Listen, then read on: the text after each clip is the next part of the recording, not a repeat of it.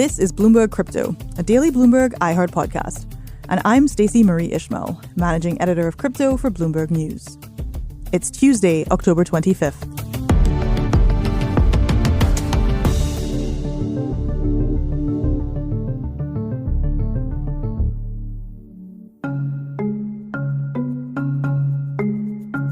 Some of you may already know the work and writing of Bloomberg Opinion columnist Matt Levine. There's this notion of like seizing control of your economic destiny that is like a real sort of like running theme in a lot of crypto, where it's like people who are like, I don't like banks, I want to make money. For everyone else, you are in for a treat. Matt's just published what I will admit is many thousands of words on the subject of crypto for a special edition of Bloomberg Businessweek. He joins us today to talk about what motivated him to do such an intensive dive into the blockchain, why he thinks of crypto as a living laboratory for innovation, and what prompted him to start at the very beginning with one big question. What is crypto for? Matt, a pleasure to have you on the show.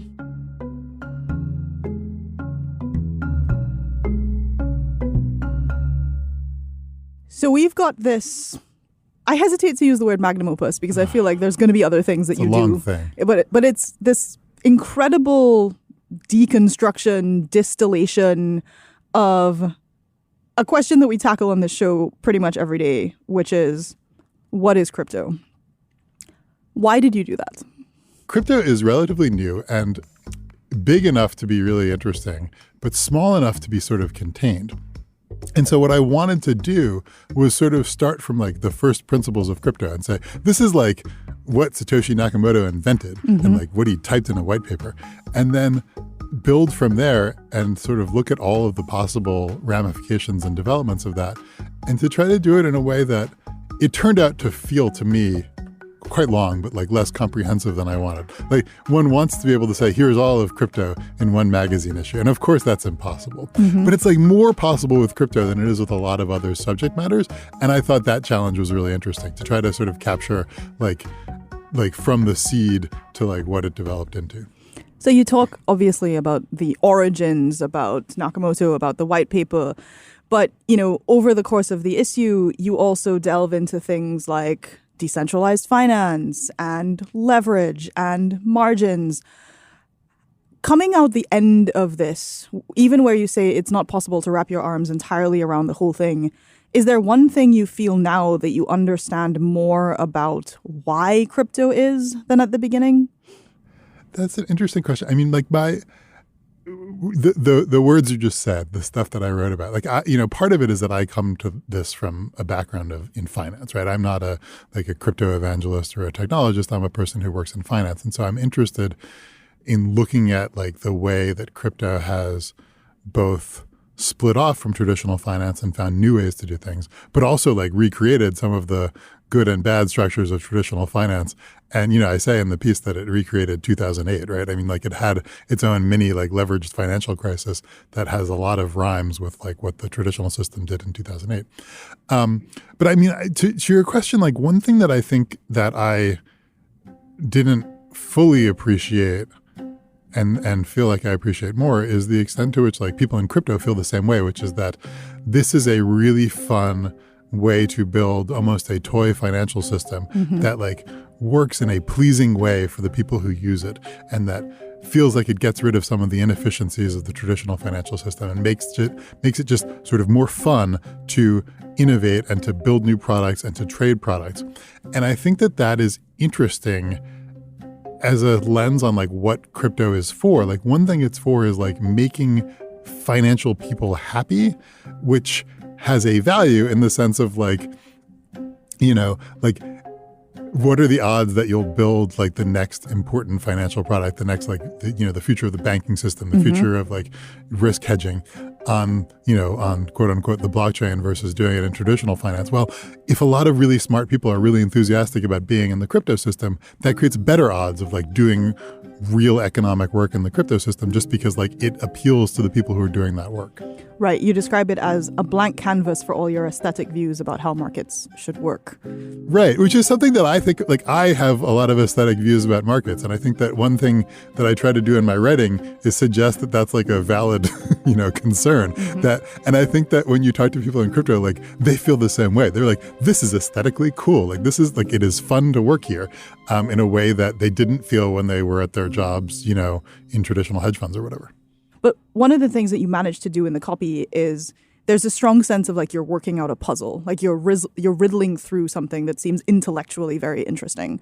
Do you actually like puzzles? Sure, I do. I do puzzle hunts, like where you like go around New York City all night, like trying to solve puzzles, and like it's like a scavenger hunt, but like with cryptography. And I do those, and like everyone there works at a high frequency trading firm. Like the overlap between like puzzling and, financial infrastructure is very, very large. And, crypto obviously appeals to some of those same dynamics. Well, the idea of a puzzle is that it has kind of a single solution, right? Or at least a more elegant solution than something else that somebody can come up with. Do you feel like crypto is solving for anything in particular? I think that one thing that I wanted to get across is that there are like half a dozen or a dozen big ways to take that question. Like, I think if you asked Satoshi Nakamoto what he's solving for, you'd get a different answer from what if you asked like Vitalik Buterin what he's solving for, right? Like, there are the sort of basic building blocks of crypto. You can say the thing we're solving for is decentralized, censorship-resistant money flows. We want to be able to like send money to each other without worrying that the government of Russia or Venezuela will take our money away from us.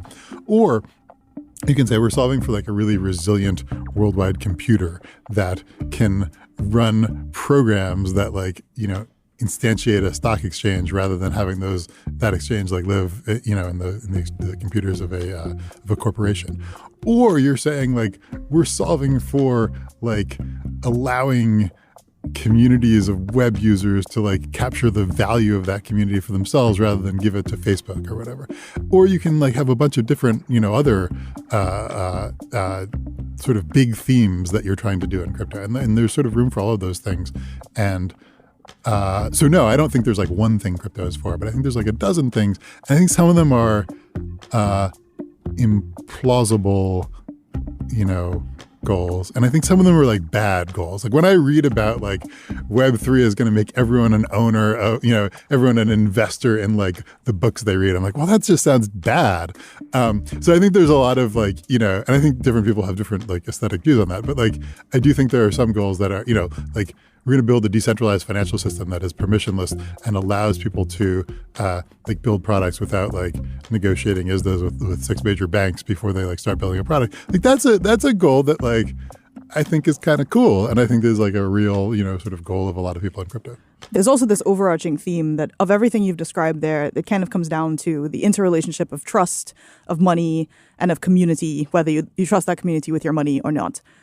What do you think, if you were to use one of the examples from your story and like, help somebody understand why you think trust and community are so important in understanding crypto, what would you tell them? I think that there's this sort of like folk story about crypto that like it is about avoiding trust. Like people didn't like trusting banks. So they invented crypto, which is like trustless and uses code in lieu of trust. And I think one thing that I try to get across is that trust has to sort of sneak in the back door somehow, right? I mean, one way that it sneaks in is the obvious way, which is that people are like, like managing our own private keys is hard. I'm going to like trust an exchange to hold my crypto for me. Or like, I'm going to trust a crypto lender to like get yield from me. And then like sometimes that trust is wildly misplaced.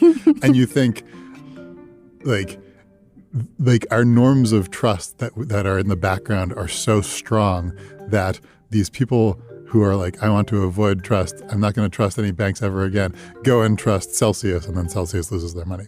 But the other thing is that like, when you sort of look at the mechanics of crypto and you look at the mechanics of how blockchains work, it's not like the stuff operates automatically with nobody verifying transactions or whatever. It's that the transactions are verified by a community, by a distributed community of people. And it is sort of hard to get that community to change its mind, right? To say, we're going to reverse this transaction that we think is bad. But it's not impossible. And so like one example is, the famous like story early in the history of Ethereum is like there's the hack of the DAO where like this early decentralized autonomous organization got its, smart contract hacked and lost all this money. And like the people in the Ethereum community came together and said, that was bad and we're going to just reverse it. We're going to just all get together and make the blockchain say something different because we think that was bad, right? So there's this notion that it turns out that money as a concept is kind of embedded in community and embedded in sort of social values.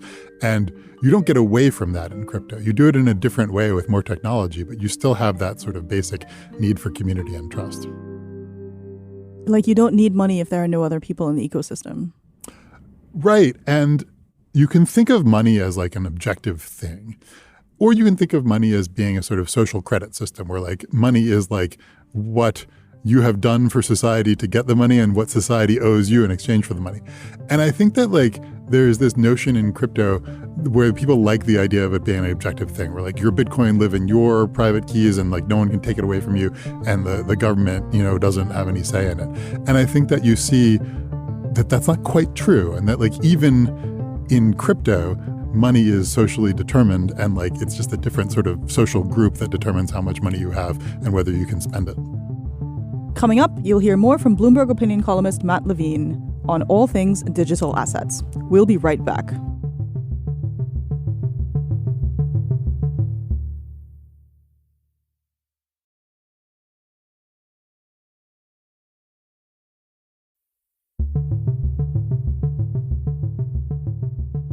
You have there both an existential and positivist definition of money.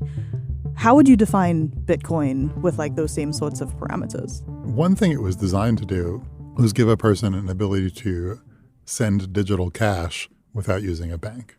And it's not so much doing that in the sense that like Bitcoin is not great cash because its value is volatile. But like, but it's now, it's, as they say, a store of value. It's now a nice investment commodity.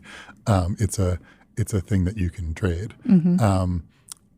And you read Satoshi Nakamoto's white paper, which is from like 2008, like early 2009, and you feel this sense of disappointment in the banking system and how over-leveraged the banking system was, how much it was built on debt and how like poorly that turned out. And then you fast forward to, this year and you think about like all of the levered, interconnected crypto financial institutions that were like, we're going to use loans against crypto to speculate on more crypto. And I don't know, it's just funny that like one way to say what Bitcoin was designed to do is it was a way to have money without debt. Mm-hmm. Like debt is so deeply ingrained in the modern banking system. Like your dollars are just someone else's debt. Like that's what money is. It's the debt of a bank in the first instance. And the bank has debts that, holds other people's debts. So everything is debt. Everything is sort of dollars are built out of debt. And Bitcoin was not that, right? Like Bitcoin is not someone's debt. It's just this independent thing that exists on the blockchain. And I think that certainly early in Bitcoin's life, like that was very appealing. There was a lot of sort of hard money, like people who were suspicious of fractional reserve banking who found Bitcoin very appealing. And I think if you look at the crypto system now, it's like, well, there's a lot of leverage in this system because like that's how you make money. And I don't know, I think it's fun to see that creeping back in. For me as a sort of person who likes traditional finance, obviously if you lost your money on Celsius, you don't find it that fun. There's an incredible momentum about the way that your story moves forward from, like the white paper to where we are today and the kind of the highs and lows of getting there. But it does seem like a lot of crypto, as you just identified, is hell bent on reinventing TradFi. Well, I mean, part of that is what I said about, the people who worked at hedge funds were like, this is okay, but I would like to make more money and have like more fun, more ability to just kind of make stuff up and like sort of like build the market structure that I want to see rather than the one that like exists on the New York Stock Exchange. So like I think like the early phase of crypto is very much not people wanting to reinvent TradFi. It was people who were wanting to get out from the system of TradFi. But then you could make a lot of money in it. And so all these people who worked at hedge funds and liked making money were like, I'm going to make a hedge fund in crypto. And so like it's just a sociological fact of like that it's reinventing TradFi because the people who come to it are people who want to make money. But it is also like there is a charming naivete to some of crypto where like some of the people inventing crypto are not coming from TradFi. They're coming from, they're 22 and they just finished their computer science degree or whatever, right? And they're like, I'm going to build like this sort of exchange, and like they haven't sort of seen the ways for things to go wrong. And so some of the leverage products are like, if you work at a bank and someone says to you, let's take some risky assets and lever them 20 to 1 because we'll make more money. You're like, wait a minute, I've heard that one before. But if you work in crypto, you may not have heard it before. And then like literally may not have heard it before. We're not like sentient in 2008, 2009. Yes, as I remind myself constantly. One of the animating impulses of crypto is ownership and monetization thereof. Yeah, I don't know if that's, yes. But why? That's certainly one. Again, I want to be careful that like that's one strand. And I think you can have sort of crypto views that are not like everything needs to be monetized. But why? Because like when you say crypto, one thing you mean is like venture capitalists on Twitter talking up their investments. And if you ask a venture capitalist why everything has to be monetized, like they'll be like, what are you talking about? Why would things not be monetized? So that's one answer to why. And I don't know. I mean, like, I think that like there's this notion of like kind of like seizing control of your economic destiny that is like a real sort of like running theme in a lot of crypto, where it's like people who are like, I don't like banks. I want to make money. The stuff that I do on my computer, I want it to bring value to me. And I think that that's part of the animating impulse. The other thing is just like, I think of like the sort of Web3 notion. I do think that there is this belief that is not totally untrue, that there was sort of a golden age of like building the web where there was a lot of like open protocols that people worked on in their spare time in order to like let everyone use email. And email is this sort of like, like you can have Gmail, but like the sort of the protocol, the bones of it are just open source and everyone can use them. And then there was like a second phase where Facebook was like, we're gonna like make social networking like a walled garden, and like that turned out to be incredibly lucrative. And I think that there's like a backlash to that where people are like, wait, the internet is incredibly lucrative, and all of the value is going to Mark Zuckerberg. Like, what if it went to us instead? What if we found a way to do something that looks like an open protocol, but captures money, and the money goes to someone other than Mark? It goes to Andreessen Horowitz, but still, like. And so I think that's like a reasonable impulse where it's like building internet protocols is incredibly valuable, but like how can we do it in a way where the value accrues to the users of the protocol? Like when I push like a little on that notion, when I think about what does it mean for the value to accrue to the users of the protocol, I'm like, this is all pretty annoying. But like at a high level, I understand that impulse. Such a pleasure to have you on, Matt. Thank you for having me. You can find more of Matt's opinion columns on the Bloomberg Terminal, on Bloomberg.com, or follow him on Twitter. He's at Matt_Levine. That's MATT_LEVINE. And of course, you should check out the special edition of the Bloomberg Businessweek magazine dedicated to all things crypto. On the next episode of Bloomberg Crypto, what, you thought there wasn't anything else we could possibly say about the merge? Think again. We're going to be talking about how the biggest ever upgrade to the Ethereum blockchain may have minted an entirely new class of crypto kingpins. This is Bloomberg Crypto, a daily podcast from Bloomberg and iHeartRadio. For more shows from iHeartRadio, visit the iHeartRadio app, Apple Podcasts, or wherever you get your podcasts. Send us your comments, questions, or suggestions for the show to crypto@bloomberg.net. Or find us on Twitter, we're @crypto. The supervising producer of Bloomberg Crypto is Vicky Vergolina. Our senior producer is Janet Babin. Our producer is Sharon Barrero. Associate producer is Ty Butler.